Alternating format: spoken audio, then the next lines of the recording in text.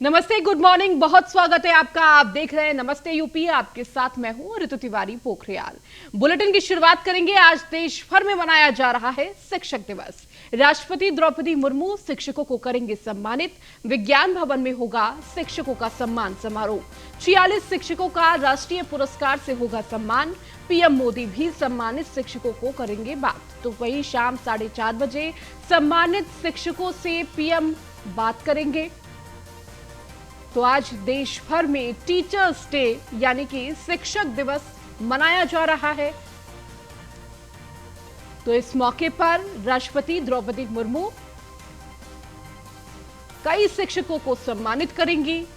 इसके साथ ही पीएम नरेंद्र मोदी शिक्षकों के साथ बातचीत करते हुए नजर आएंगे।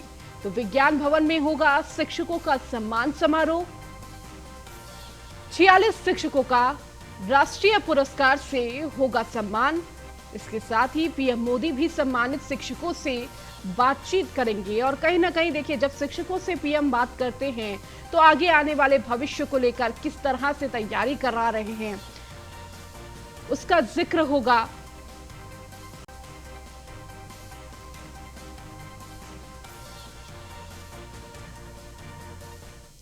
शिक्षक दिवस पर लखनऊ में भी कार्यक्रम का आयोजन है। शिक्षक दिवस पर टीचरों को सम्मानित करेंगे सीएम योगी।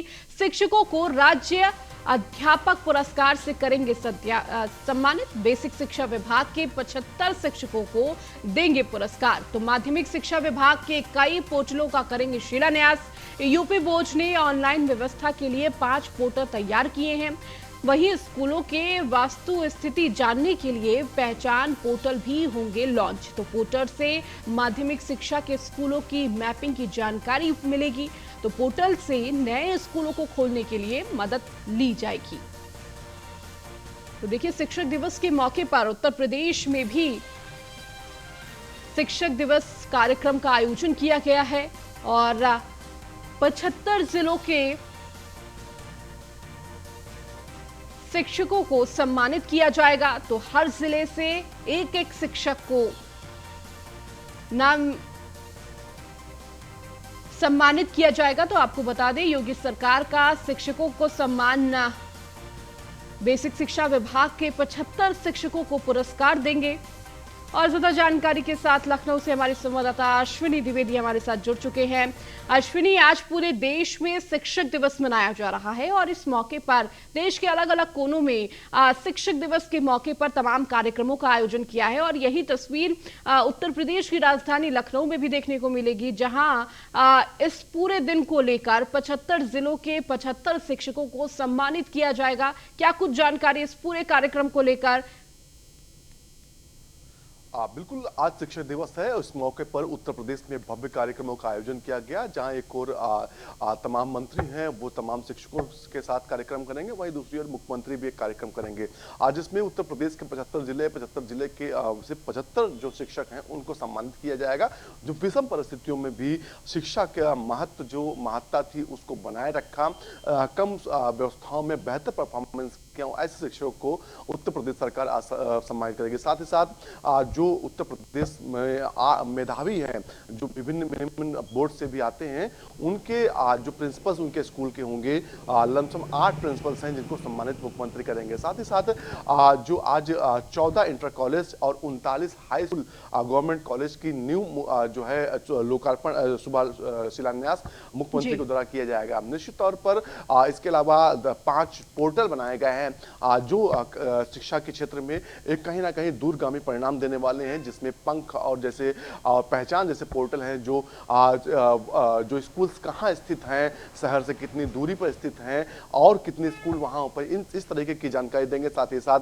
उनकी जो बच्चे होते हैं, छात्र होते हैं, उनकी शिक्षा को लेकर, उनके भविष्य को लेकर के, उनकी रहन सहन, खान पीन के तमाम इस तरह के पोर्टल हैं जो 5 स्कूल हैं जिनको आज मुख्यमंत्री लॉन्च करेंगे। निश्चित तौर पर पूरा कार्यक्रम लोक भवन में होगा। लोक भवन में कार्यक्रम के दौरान आज शिक्षकों को सम्मान किया जाएगा और कहीं ना कहीं शिक्षकों को प्रोत्साहित किया जाए कि जो छात्र होते हैं उनके उज्जवल भविष्य के लिए वो और मेहनत करें। साथ ही साथ कहीं ना कहीं जो आज शिक्षकों को सम्मानित किया जाएगा वो तमाम उन शिक्षकों के लिए प्रेरणादायक होगा जो कहीं ना कहीं अपने काम में लापरवाही बरतते हैं।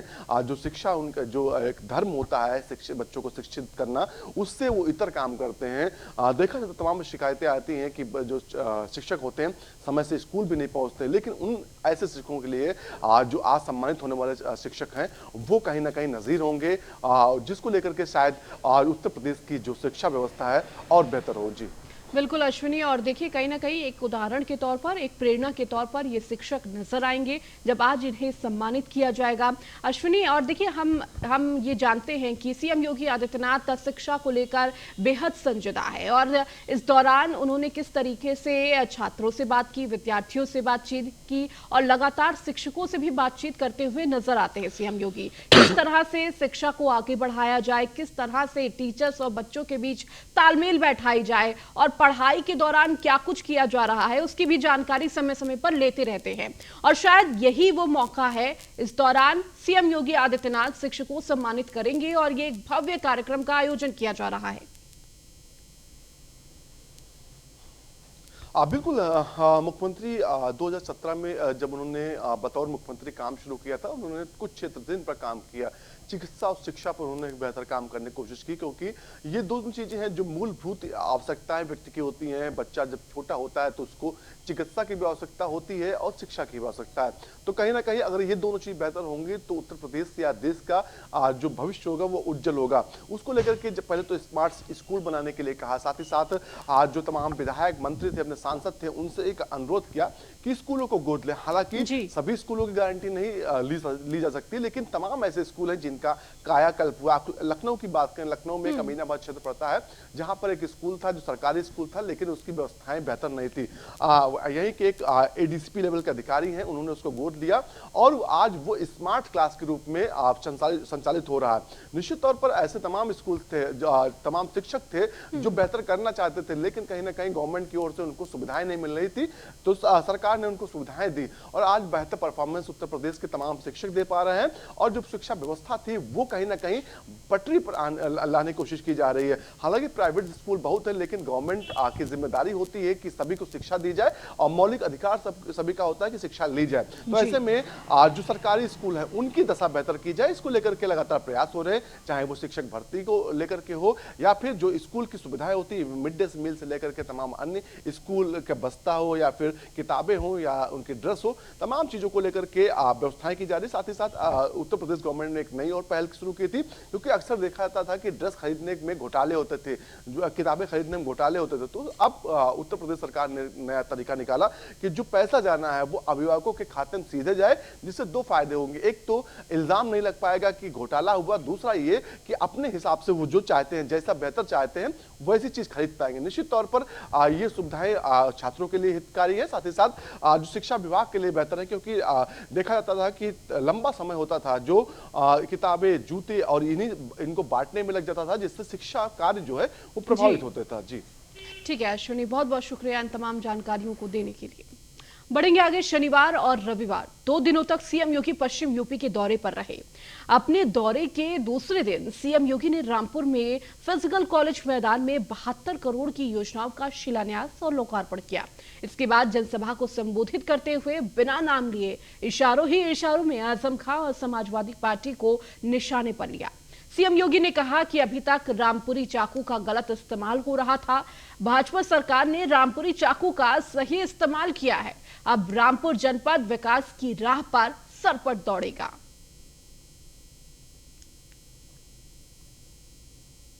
रामपुर वासियों ने विकास, सुरक्षा और समृद्धि के साथ खड़े होकर के एक नए युग की शुरुआत की है और श्री घनश्याम सिंह लोधी जी को अपना सांसद चुन करके बहुत स्पष्ट संदेश दे दिया है। इसके लिए पूरे रामपुर वासियों का हृदय से अभिनंदन करते हुए मैं आभार व्यक्त करता हूं। मैं बार बार कहता रहा हूं कि रामपुर की अपनी पौराणिक और ऐतिहासिक पहचान रही है।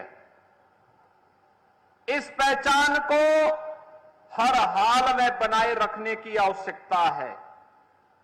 लेकिन जिन लोगों के एजेंडे में विकास और लोक कल्याण नहीं, उन लोगों ने अपने स्वार्थ के लिए रामपुर का दोहन किया, रामपुर का शोषण किया। विकास की परियोजनाएं रामपुर को ध्यान में रख करके नहीं, लोक कल्याण को ध्यान में रख करके नहीं, गांव, गरीब, किसान, नौजवान, महिलाएं और समाज के विभिन्न तबके के हितों को ध्यान में रख करके नहीं, बल्कि व्यक्ति केंद्रित बनाते हुए शोषण का जरिया उन्हें बनाने का प्रयास किया गया, जिसने विकास के पहिए को थामने का कार्य किया और अंततः उसकी दुर्गति उन्हें भुगतनी भी पड़ रही है। भाइयों बहनों, मैं आज आपको आश्वस्त करने के लिए आया हूं कि आपने विकास और सुरक्षा के नाम पर Bharatiya Janata party double engine सरकार को अपना सहयोग और अपना समर्थन दिया, अपना आशीर्वाद दिया। उस आशीर्वाद और सहयोग के लिए आपका आभार व्यक्त करते हुए आपको आश्वस्त करने के लिए मैं आया हूं कि हर हाल में विकास की योजनाएं अब रामपुर में बिना भेदभाव के आएंगी, इनको कोई रोक नहीं सकता है। रामपुर अब बदल रहा है। रामपुर ने प्रधानमंत्री जी के विजन को अमृत सरोवर के माध्यम से देश के अंदर पहला कार्यक्रम करके देश के सामने मैसेज दिया कि अगर करने की इच्छा शक्ति होगी तो परिणाम भी हमारे साथ जुड़ जाता है। और प्रधानमंत्री जी ने मन की बात में यहां के अमृत सरोवर की चर्चा करके रामपुर को एक नई पहचान देने का काम भी किया है। रामपुर लखनऊ दौरे पर बीजेपी प्रदेश प्रभारी राधा मोहन सिंह हैं। लखनऊ में बीजेपी संगठन के साथ करेंगे बैठक। इसके साथ ही बीजेपी प्रदेश संगठन के पुनर्गठन पर होगा मंथन। तो 2024 को लेकर भी संगठन की बनेगी रणनीति। बीजेपी प्रदेश अध्यक्ष भूपेंद्र चौधरी भी रहेंगे मौजूद। तो बीजेपी प्रदेश संगठन का ये महामंथन देखने को मिलेगा, जहां 2024 को लेकर संगठन की रणनीति बनेगी। किस तरीके से 2024 के रण में उतरा जाए, तो बीजेपी प्रदेश अध्यक्ष भूपेंद्र चौधरी भी इस दौरान मौजूद होंगे। तो लखनऊ दौरे पर बीजेपी प्रदेश प्रभारी राधा मोहन सिंह हैं, लखनऊ में बीजेपी संगठन के साथ बैठक करेंगे। तो बीजेपी प्रदेश संगठन के पुनर्गठन पर होगा मंथन। तो 2024 चुनाव है, उससे पहले निकाय चुनाव है और इस दौरान किस तरह से रणनीति बनाई जाए उस पर चर्चा होगी। तो संगठन को और कैसे मजबूत बनाया जाए।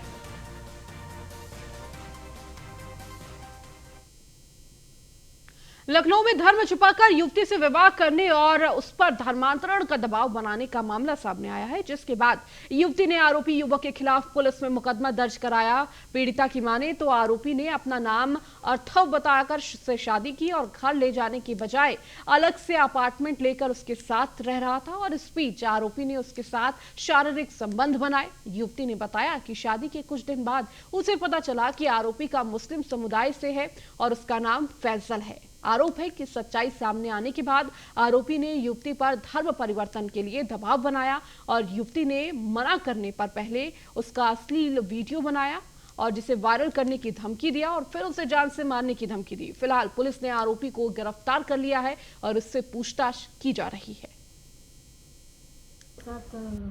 नाम बदल के धर्म छिपा के जो है फ्रॉड हुआ है। इसमें पूरा मामला ये है कि मैंने एक जिम ज्वाइन किया था, गोफर जिम, विनीत खंड जयपुरिया के पास। तो उसमें एक जिम के संचालक हैं, उन्होंने मुझे योगा जॉब का ऑफ़र दिया था, योगा टीचर का। तो मैंने उनका ऑफ़र ले लिया था। उसके बाद उन्होंने शादी का प्रस्ताव रखा था, अपनी माँ से मिलाया। अपनी माँ से जब मिलवाया तो उन्होंने भी अपना धर्म और अपना नाम छुपाया, अपने आप को ठाकुर जाति का बताया। और ये पहले से विवाहित थे, इनका एक बच्चा है, ये भी बात मुझसे छुपाई गई। उसके बाद फिर जो है वो भी शादी के लिए मान गई और मैं भी मान गई थी। वापस फिर जिम में मेरे साथ जो है इन्होंने ज़बरदस्ती शारीरिक संबंध बनाए थे, जिसका वीडियो भी इन्होंने बना लिया था। ये बात तब मुझे पता नहीं थी। तो शाही साहब जब ये जबरन वाला जब ये किस्सा हुआ तो मैंने इन पे शादी का दबाव बनाया, तो इन्होंने जानकीपुरम स्थित सहारा स्टेट एक मंदिर में, आर्य समाज मंदिर में इन्होंने हिंदू रीति रिवाज से मुझसे शादी करी। वापस आने के बाद जब मैंने इनसे पूछा कि घर लेके चलो, तो इन्होंने बोला कि सबकी सहमति नहीं है, जब सबकी सहमति होगी तो हम आपको ले चलेंगे। उसके बाद मैं जो है ये यहाँ फ्लैट पे मुझे ले आए और यहाँ पे प्राकृतिक तरीके से इन्होंने मेरे साथ मुख मैथुन वगैरह किया, इन्होंने शारीरिक संबंध बनाए। उसके बाद मेरी तबीयत बिगड़ी, मुझे उल्टियाँ हुई और फिर मैं बहुत परेशान रहने लगी, बहुत ज़्यादा परेशान रहने लगी। तो उसके बाद मैंने इनको बड़ा शक हुआ इनके ऊपर, तो मैंने जिम में जब पता करा तो इनके 2 लड़कियों के बारे में पता चला, हिंदू लड़कियां जिनको इन्होंने अपने प्यार के झांसे में फंसा के शारीरिक संबंध बनाए थे।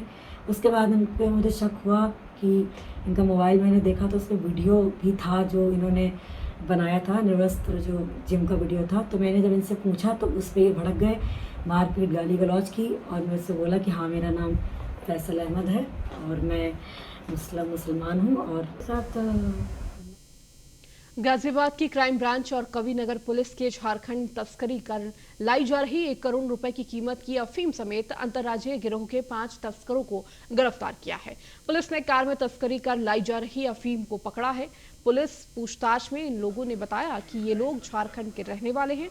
पुलिस झारखंड में बैठने में पैडलर की तलाश कर रही जो इस पूरे गेम का मास्टरमाइंड है और ये लोग अपने साथ महिला को भी रखा करते थे ताकि किसी को शक न हो।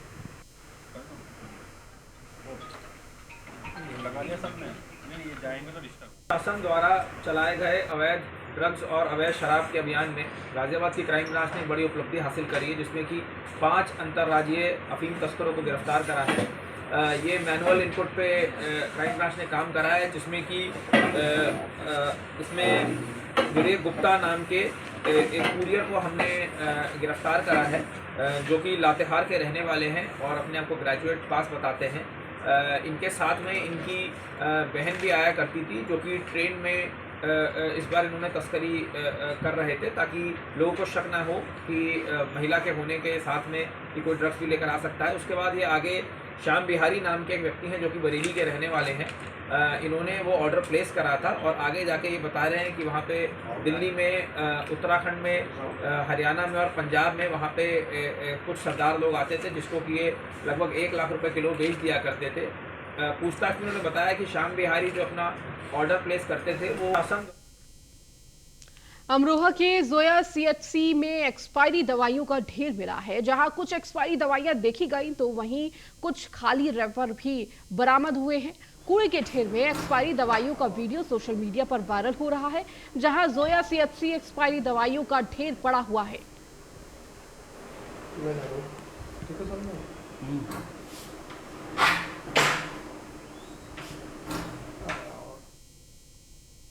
मुजफ्फरनगर में उस वक्त समय सनसनी फैल गई जब 2 पत्नियां पति के साथ छोड़ गई। दोनों पत्नियों ने जहरीला पदार्थ खाकर अपनी जीवन लीला समाप्त कर ली। इस घटना की सूचना पर पुलिस मौके पर पहुंची। पुलिस ने शवों का पंचनामा भरकर पोस्टमार्टम के लिए भेज दिया है। फिलहाल पुलिस मामले की जांच पड़ताल में जुटी हुई है।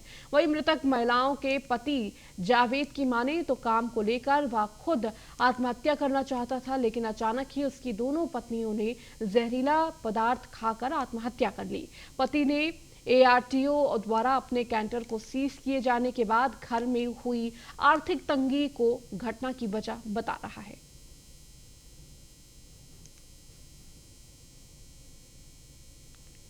मेरठ के गंगानगर थाना क्षेत्र के बीते दिनों लापता हुई 11 साल की बच्ची की गुमशुदगी के राज से पुलिस ने पर्दा उठा दिया है। निर्दयी मां बाप ने अपनी मासूम बेटी को जिंदा नहर में फेंक दिया। पिता 3 दिन से बेटी के अपहरण का शोर मचा रहा था। पुलिस ने मामले में मां बाप को हिरासत में ले लिया है। आरोपी पिता ने पुलिस को पूछताछ में बताया कि उसकी बेटी किसी लड़के के साथ बात करती थी, इस कारण उसे भोला की झाल इलाके में गंग नहर में फेंक दिया और उसने बताया कि बेटी उस पर बोझ थी और उसका कहना नहीं मानती थी, जिसके चलते उसने पत्नी और बहनोई संग मिलकर प्लानिंग की और योजना के अनुसार घटना को अंजाम दिया।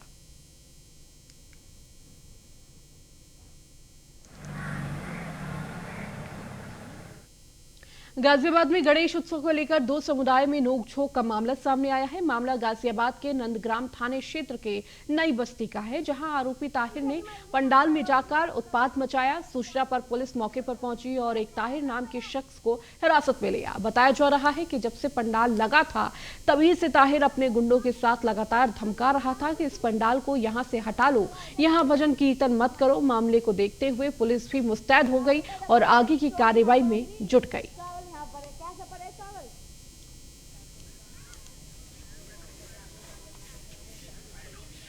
गाजियाबाद में मूर्ति तोड़ने का मामला सामने आया है। दरअसल पूरा मामला गणेश चतुर्थी से जुड़ा है, जहां पर एक मोहल्ले में कुछ लोगों ने मिलकर गणेश की मूर्ति की स्थापना की थी, लेकिन लगातार विवाद बढ़ता जा रहा था और आसपास के लोग विरोध कर रहे थे। विरोध इतना बड़ा कि मूर्ति को खंडित कर दिया गया है, ऐसा यहाँ के लोगों का कहना है। क्या था पूरा मामला, तमाम लोग हमारे साथ मौजूद हैं, इनसे बात कर लेते हैं। जी, क्या नाम है आपका? क्या नाम है आपका? नाम बताइए। मैं सर प्रियंका नाम है मेरा। हमने एक गणेश जी की मूर्ति रखी थी। उन अंकल ने मुझे कल बुलाया, मैं गई, मतलब मैंने डीजे बजा रखा था छोटा सा। उन्होंने मुझे बुलाया। किन्होंने बुलाया? ताहिर अंकल ने किरण आंटी के घर में बुलाया। मैं गई, उन्होंने मुझसे बोला कि इसकी आवाज़ मंद करके बजाया करो, अन्य तो मैं इसे तोड़ फोड़ दूंगा और गणेश जी को जल्दी से जल्दी विसर्जन कर दो, वरना मैं इसे भी तोड़ दूंगा रात को। और सर वो बात हकीकत हो गई। सुबह फिर हम उठे तो हमें पता चला तो हमारा सामान हुआ इधर फैला हुआ था। तो हमने मतलब उल्टा सीधा बोला तो उनका लोंटा घर में से निकला, कहता कौन है, मतलब उल्टा सीधा बोलने लगा कि मारने के लिए, कि जौन सा मेरे सनी को मारेगा ना तो मैं मतलब। कुल मिलाकर है कि बार बार वो आपको धमकी दे रहे थे कि इसको हटा लीजिए। जी, आपका क्या नाम? बबली जायसवाल। बबली जी, किस तरह से पूरा मामला था, एक बार सही? पूरा मामला यही था सर कि ये लोग शाम को आरती कर रहे थे, बच्चे नाचते कूदते हैं भजन पे, वो कह रहे इसे हटा लो नहीं तो मैं तोड़ दूंगा। वो जो इन्होंने कही, फिर बच्चे मैं आई तो मुझे बोले, मैं 11 बजे रात को आई कहीं से, मेरा कुछ काम था, कुकिंग का काम है मेरा, तो वहाँ पे मैं गेस्ट आए हुए थे तो मैं 11 बजे आई। तो उन्होंने कहा, इन्होंने जब कहा तो मैं बोली अभी रात बहुत हो चुकी है, हम सुबह बात करके समझा देते। अब हमारे समझाने से पहले उन्होंने मूर्ति की खंडित कर दी। इसकी शिकायत किसने दी पुलिस को? इसकी शिकायत हम लोगों ने ही दी थी। क्या कहा पुलिस की ओर से, क्या हुआ अभी तक? पुलिस की ओर से तो सर वही है कि हाँ कार्रवाई करो इसकी। वो कह रहे सर हैं हमने कार्रवाई पूरी करी है। सख्त कार्रवाई करेंगे, उनको हम सजा देंगे। और सर हमें इंसाफ चाहिए और कुछ नहीं। जो हमारे मूर्ति को उन्होंने खंडित किया है, सख्त से सख्त उनको सजा मिलना चाहिए, वो बंदा छूटना नहीं चाहिए। और इसमें किरण है एक लेडीज, एक उनका लड़का है सनी, हाँ 18-19 साल का है, वो बहुत उछलता है। ठीक है, वो कभी गली मोहल्ले से पता नहीं कहाँ से बुला के एक 10 मतलब बाहर से लोगों को बुला कर करते हैं। लड़के को बुला के लेके आए थे वे कल, डंडे वंडे लेके। तो देखिए, कुल मिलाकर कहा जा सकता है कि जहां एक और देश में लगातार माहौल बिगड़ता हुआ सा दिखने लगा है, क्योंकि एक तरफ हिंदू और मुस्लिम की एकता की बात की जाती है, वहीं दूसरी ओर जो इनका कहना है उससे आप समझ सकते हैं कि गाजियाबाद के नंदग्राम में किस तरह के हालात होते आ रहे हैं। गाजियाबाद से मैं जितेंद्र गौतम, न्यूज़ 1 इंडिया। वहीं आगरा ग्वालियर हाईवे पर खनन माफियाओं के हौसले बुलंद हैं। कुछ दिनों की सख्ती के बाद वो फिर हाईवे पर सक्रिय